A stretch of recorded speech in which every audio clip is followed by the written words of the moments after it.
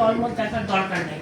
আপনাদের আপনাদের আপনাদের দেখার দরকার নেই কোন কে বিএনপি করে, কে আওয়ামী লীগ করে, কে জামাত করে। কেউ যদি দোষী হয় তাকে আপনার আইনের আওতায় আনেন, তার বিরুদ্ধে ব্যবস্থা নেন। দ্রব্যমূল্য না বাড়ে, যা বেড়েছে দ্রব্যমূল্য আরো যদি না বাড়ে, সেই থেকে সরকার সচেষ্ট আছে। প্রকাশ করছি যে এটা রমজানের দ্বিতীয় দিন, আবার শুক্রবার, তারপরে আপনারা কর্মকর্তারা কষ্ট করে এসছেন সকলে। এই জন্য আমি আপনাদেরকে ধন্যবাদ জানাই, কারণ আমার কাছে মনে হয়েছে যে আমি ডিসি মহোদয়ের সাথে কথা বলেছি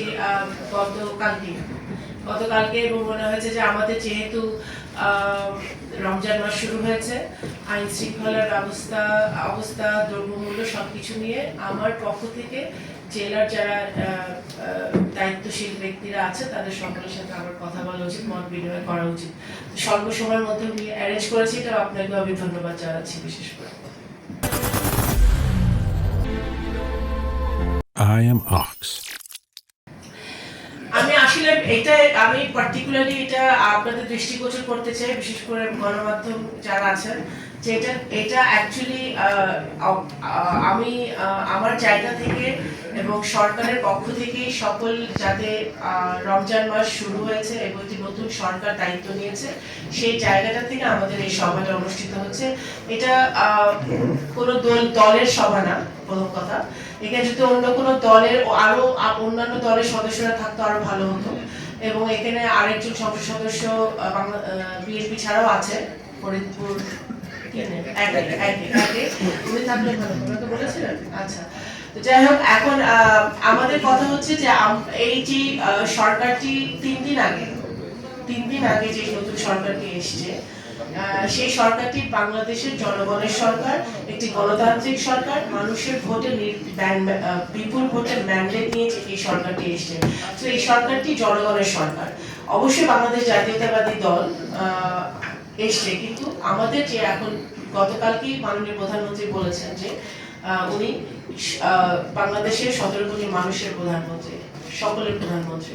তো সেই দৃষ্টিকোণ থেকে আজ আমরা সকলের সেবা করতে চাই, আমরা সেবক হিসেবে সকলের সেবা করতে চাই এবং নিরপেক্ষভাবে করতে চাই। সেই জায়গাটা থেকে আমরা কাজ করতে চাই। আজকে আমাদের তৃতীয় দিন, এই সরকারের তৃতীয় দিন আজকে। আমাদের যেদিন এই সরকার শপথ নিল, আল্লাহর রহমতে 17 বছরের আন্দোলন সংগ্রামের পরে, একটি এত বছরের যুদ্ধের পরে, এত মানুষ হারানোর পরে, আমাদের ফরিদপুর অঞ্চলেও আমরা বহু মানুষ হারিয়েছি। তারপরে যে এই নির্বাচনটি অনুষ্ঠিত হলো এবং নির্বাচনে যারা আমাদেরকে সাহায্য করেছে, এই আইন শৃঙ্খলা বাহিনী এবং আমাদের সকলেই এখানে উপস্থিত আছে এই ফরিদপুরে, সকলেই আপনারা দেখেছেন যে কি সুন্দরভাবে নির্বাচনটি নিরপেক্ষভাবে আমাদের জনগণ ভোট দিতে পেরেছে, নির্বাচন হয়েছে। এখন এই নির্বাচনের পরে যে সরকারটি এসেছে, শপথ নিয়েছে, তার দ্বিতীয় দিনে আমাদের একটি ক্যাবিনেট মিটিং হয়েছে। তারপরের দিনে ক্যাবিনেট মিটিং হচ্ছে, সেখানে মাননীয় প্রধানমন্ত্রী জনাব তারেক রহমান সাহেব খুবই পরিষ্কারভাবে শুধু আমাদেরকে নয়, 300 সংসদ সদস্য এবং আরো যারা আছে কর্মকর্তারা, সবাইকে উনি নির্দেশনা এটাই একটাই ছিল যে আমরা জনগণের সেবা করার জন্য এসেছি, আমরা যে প্রতিশ্রুতি দিয়ে আসছি, আমাদের ইশতেহারে যা আছে সেটা আমাদের বাস্তবায়ন করতে হলে ডে 1 থেকে আমাদের কাজ করতে হবে, এবং আমাদের যে সকল প্রতিশ্রুতিগুলো আমরা দিয়েছি সেগুলো বাস্তবায়ন করতে হলে আগে নিজে ঠিক হতে হবে, আগে নিজে সেগুলো নিজের পরিবারের উপরে, নিজের জীবনের উপর সেগুলো বাস্তবায়ন করতে হবে। তারপরে আমি অন্যকে বলার আমার অধিকার থাকবে যে এটা করো না। তো আমার নিজেকে আগে ঠিক হতে হবে, তারপরে আমি অন্যদেরকে বলতে পারবো। তো সেটা উনি আমাদেরকে চোখে আঙুল দিয়ে দেখে দিয়েছেন, এবং আমরা যাতে সঠিক পথে থাকি সেটাও, কারণ একটি সরকার অনেক যুদ্ধের পরে, অনেক আশা আকাঙ্ক্ষা নিয়ে কিন্তু এই সরকারটি এসে, এবং জনগণের অনেক আশা আছে আমাদের এই সরকারের উপর। সুতরাং আমাদের এই কোনোভাবেই এটাকে হেলাফেলা করে দেখার কোনো সুযোগ নাই। বিশেষ করে যেহেতু আজকে রমজানের দ্বিতীয় দিন, আমাদের রমজান মাস চলছে, সবচেয়ে বেশি গুরুত্বপূর্ণ হচ্ছে আইন শৃঙ্খলার পরিস্থিতি স্বাভাবিক রাখা, ভালো রাখা, জনগণের মনে যাতে শান্তি থাকে, তারা যাতে রোজাটা সুন্দরভাবে পালন করতে পারে, সুন্দরভাবে ঈদ পালন করতে পারে, সেই জায়গাটা আমাদের খুবই জরুরিভাবে আমাদের দৃষ্টিপাত করতে হবে। তৃতীয় হচ্ছে দ্রব্যমূল্য, যেটা আমরা ইতিমধ্যে কথা বলেছি, দ্রব্যমূল্য কিভাবে নিম্নমুখী রাখা যায় সেটা নিয়ে আপনাদের আলোচনা আজকে খুব একটা হয় নাই, কিন্তু এরপর আপনারা আলোচনা করবেন। আমাদের কমার্স মিনিস্ট্রি থেকে শুরু করে যে সকল মন্ত্রণালয় এর সাথে কাজ করছে তারা ইতিমধ্যে কাজ শুরু করেছে, এবং যাতে দ্রব্যমূল্য না বাড়ে, যা বেড়েছে দ্রব্যমূল্য আরো যাতে না বাড়ে সেই থেকে সরকার সচেষ্ট আছে। আপনারা যারা গ্রাউন্ড লেভেলে আছেন, আপনারা যারা এটা নিয়ে প্রতিদিন কাজ করছেন, তাদের যদি কোনো বিশেষ কোনো পরামর্শ আপনাদের থাকে সেটাও কিন্তু আপনারা দয়া করে দিবেন। আমি পরিষ্কারভাবে বলতে চাই, আমি আপনাদের সহকর্মী হিসেবে কাজ করতে চাই।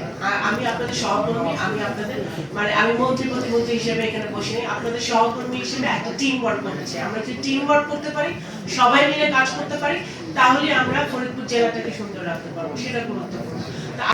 আমাকে দয়া করে আপনাদের সহকর্মী হিসেবে বিবেচনা করবেন। আপনারা এখানে যারা যারা বসে আছেন সকলের বেশিরভাগের কাছে আমার ফোন নাম্বার আছে। আপনারা যে কোনো সমস্যা আপনারা যদি সরাসরি আমাকে অবগত করতে চান, সেটা আপনারা অবশ্যই করতে পারেন, এবং আমি চাইবো যে আপনারা করেন, কারণ আমাদের সমস্যা আছে।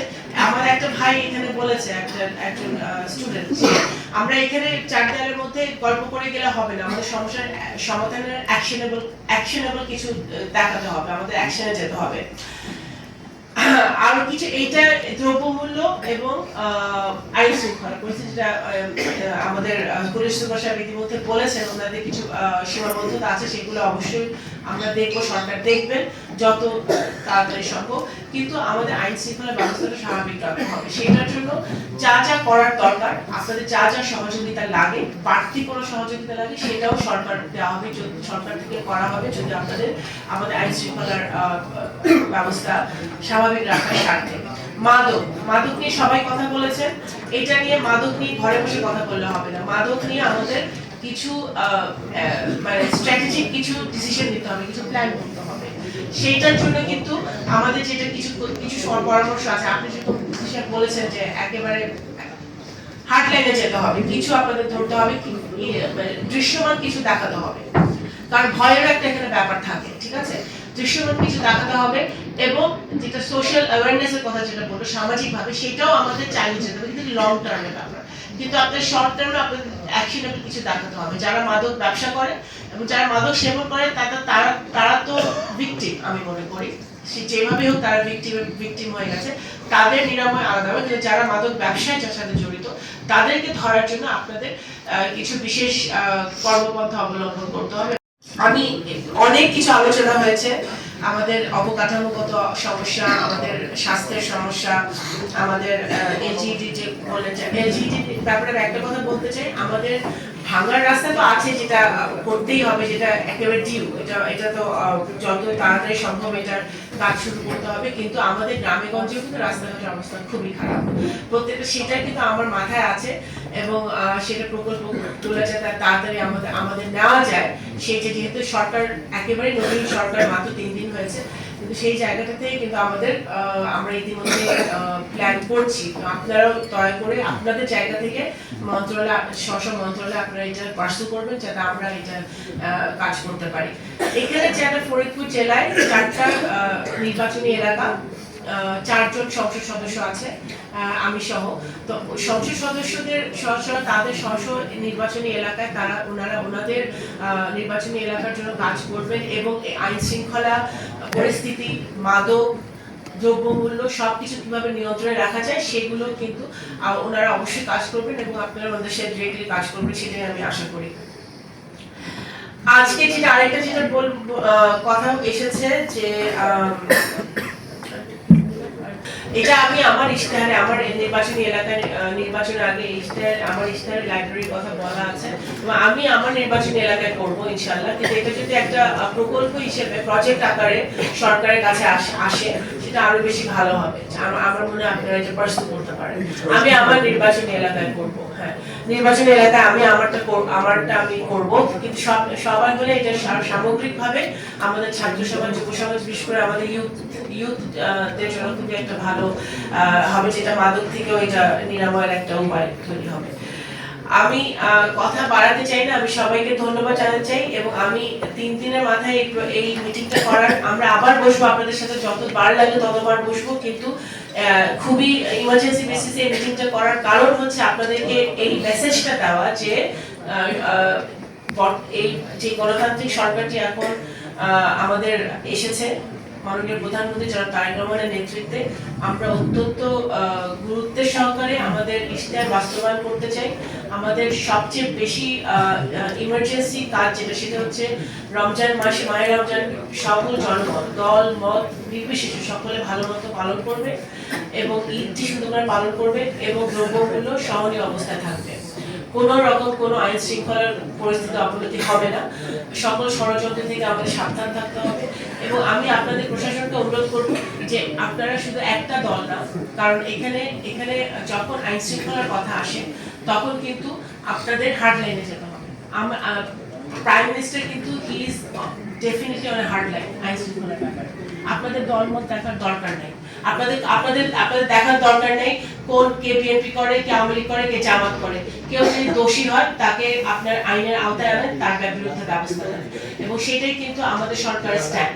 এটা আমি খুবই স্ট্রিক্টলি বারবার খুবই স্ট্রংলি বলতে চাচ্ছি যে আপনারা দল মত দেখবেন না এবং এই আপনারা যদি কি বলে দুর্নীতি নির্মূল করতে চান, আইন শৃঙ্খলা অবস্থা ভালো করতে চান, তাহলে আপনাদের নিরপেক্ষ জায়গায় থেকে সবাইকে সমান চোখে দেখে আপনাদের এই ব্যবস্থাটা নিতে হবে এবং আমাদের পক্ষ থেকে, সরকারের পক্ষ থেকে, সকল সংসদ সদস্যদের পক্ষ থেকে কিন্তু এটা আপনারা পাবেন, সেই সহযোগিতা আপনারা পাবেন যে আমরা আপনাদেরকে সহযোগিতা করবো। আপনারা নিরপেক্ষভাবে যে যেখানে দোষী, যে যেখানে সেই ব্যবস্থার বিরুদ্ধে আপনারা ব্যবস্থা নেবেন।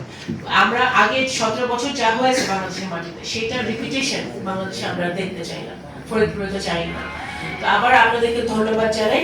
আমি মাহে রমজানের শুভেচ্ছা জানাচ্ছি এবং আমরা সকলে একসাথে মিলে একটা টিম হিসেবে কাজ করে, ঐক্যবদ্ধভাবে কাজ করে ফরিদপুরকে আরো সুন্দর জায়গা করব আমাদের প্রজন্মের জন্য, ভবিষ্যতের প্রজন্মের